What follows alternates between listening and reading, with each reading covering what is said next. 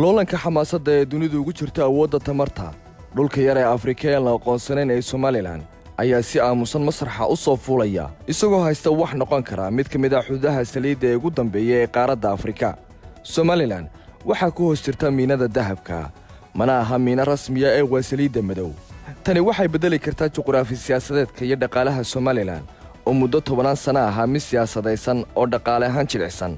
2020 shirkadda TGS oo ah shirkadda sahaminta shidaalka ee dalka Norway kana mid ah shirkadaha arrimaha shidaalka looga dambeeyo dunida ayaa waxay soo bandhigtay warbixintani.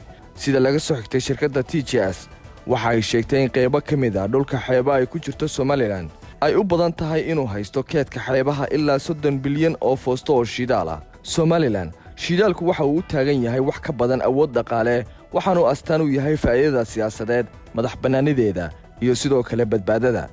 Somaliland oo xasiloon oo shidaal laga soo saaro waxa ay dib u hagaajin kartaa xiriirka caalamiga ah, waxaana ay ku qasbi kartaa wada hadal cusub oo ku saabsan dawladnimadeeda.